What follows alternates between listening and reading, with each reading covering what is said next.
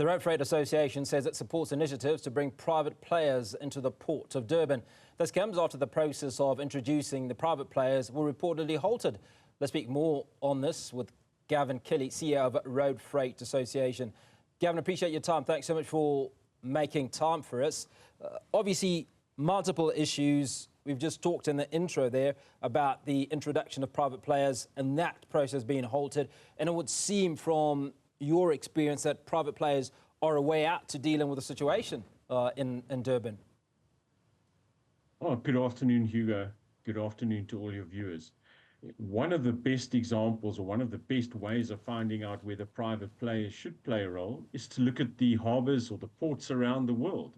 Ports that are family sort of names in the logistics industry, like Rotterdam or San Francisco or Shanghai, you name them, have private players in them because they, at this stage, are the best options to making sure that those ports operate efficiently, effectively, and of course, at the best price possible. Now, we do understand that there are instances where border management authorities, such as the one that we have in South Africa, is managing the Bight Bridge, Musina, with levels of efficiency.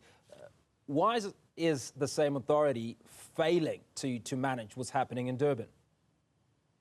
Well, the Border Management Authority deals with cross-border issues. What we're happening at the Port of Durban, although it's international trade backwards and forwards, it's about the logistics operations at that port. So it's the operations at a terminal or at a pier, if you want to call it that, how the cranes are managed and marshaled, how the containers coming in are put through that port, how that port is evacuated, which is a fancy word for making sure that the pier stays clear so that the containers can move backwards and forwards. So it's two different government institutions here. One is Transnet Port Terminals. The other, Border Management Agency, deals with actually the crossings of borders and not dealing with the actual movement of freight itself. So my real question speaks to government does have capacity in many instances, but we just seem to be struggling where Durban is concerned. Now there's a recent High Court interdict that impacts introduction of private players into the Port of Durban. Just walk us through how we got to this situation and why the provision or the engagement of private players is being halted. I think that's a very good question, Hugo, and you would have noted in our press release, we said we don't know all the nitty-gritty details in the background, but the facts are this. This sort of discussion around the Port of Durban, and all of our ports, there's been discussions.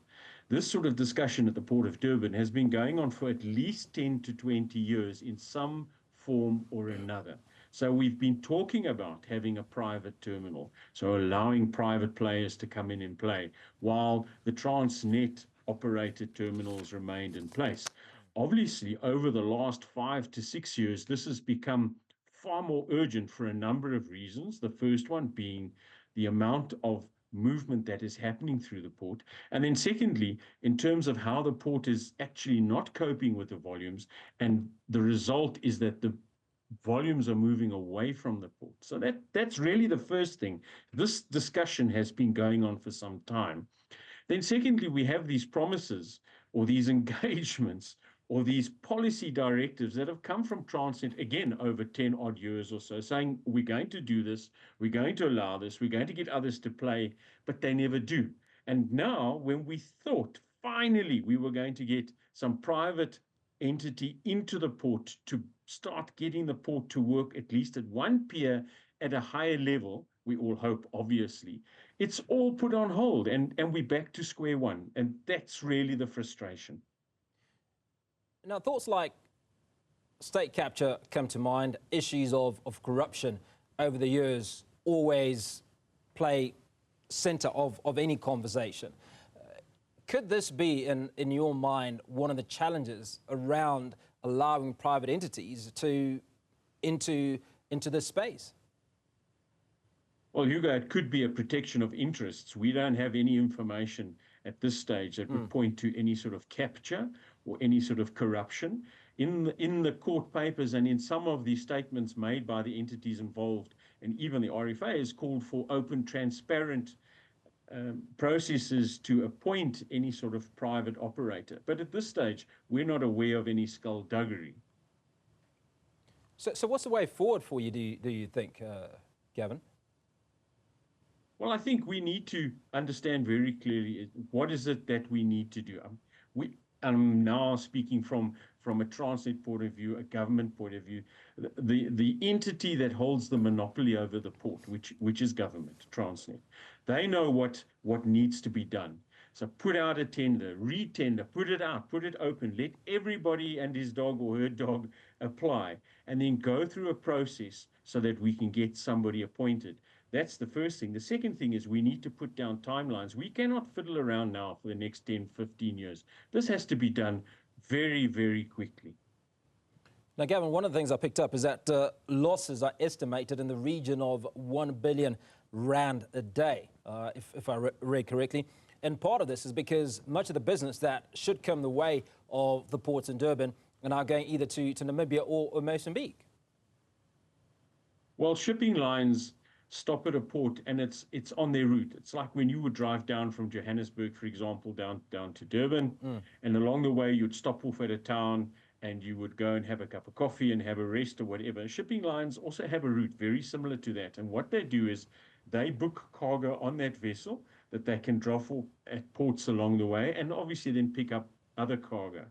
Now, if the shipping line says to its customers right at the end, for example, that it's going to take me 10 days to get from Australia to the US, I'm just picking examples, they're not the exact times, or I'm going to take 7 days to get to Cape Town. And along the way, the ports that these vessels visit have huge delays, and we've had delays of days, of weeks in the past. The shipping lines eventually say, well, I am now going to have penalties from my customers, so I can do one of a couple of things. The one is to give penalties to the ports who are delaying me, and we've seen that, and those are very expensive.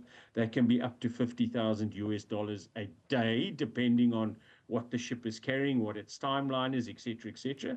Or they could turn around, as we've seen, and said, well, we're no longer going to visit your ports. We'll go drop your containers destined for South Africa somewhere else, Seychelles, for example, and you can make a plan to go and get them there. Unfortunately, we can't get them with trucks. Or they can just decide, well, that's it. I'm no longer going to visit your ports at all. I'm now going to go to the Walvis Bays or the Maputos or the Beiras or whatever the case may be. And then once that cargo moves, shipping lines are very reticent to bring it back unless you now operate better than the ports that they've moved to. So those are the challenges. Now, does any of this have implications on employment? Employment numbers in Durban, in South Africa, down or up the line, if you will? Oh, Hugo, absolutely. And those are the things we've been raising as a concern over the last 10 years, that there's a whole support network that happens around a port. So when a ship comes in and drops off a container, you have a truck or a train that would come along and pick up the container. So within the port itself, there are handling services, there are storage services, there are customs services, etc., etc. So there's a network that happens in and around the actual precinct of the port where people are employed, where there are various businesses that do clearing, or they do consolidating of loads or checking of loads, repacking of loads.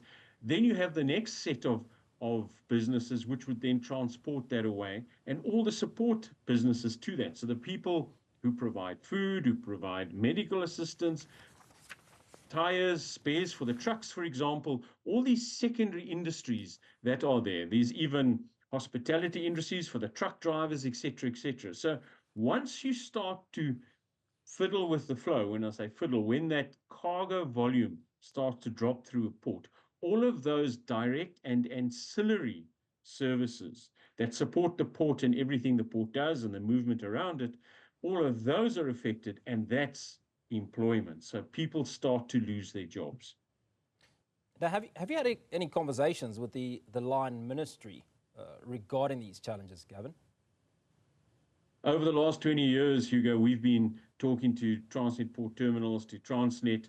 It's not just us. There are a whole lot of us, associations and entities involved in the supply chain. We've spoken to various ministers. We haven't been able to get to Minister Creasy right now about this, but I'm sure we're going to have discussions there. Don't forget, there's this National Logistics Crisis Committee that President Ramaphosa put together about a year ago. So I'm quite sure this is now going to be raised there, and hopefully there's going to be some political chutzpah or oomph or drive to resolve this. But yes, we do have contact with line ministries. Okay, now, final issue, Gavin. I'm keen to know what that conversation would sound like once you get audience with Minister Barbara Creasy. We have noticed that since the GNU, a number of ministries seem to be getting their acts together, and one would imagine that this is one of those ministries that'll be sorted out. So just very briefly, what are the key areas that you would highlight if you were to get audience with Barbara Creasy?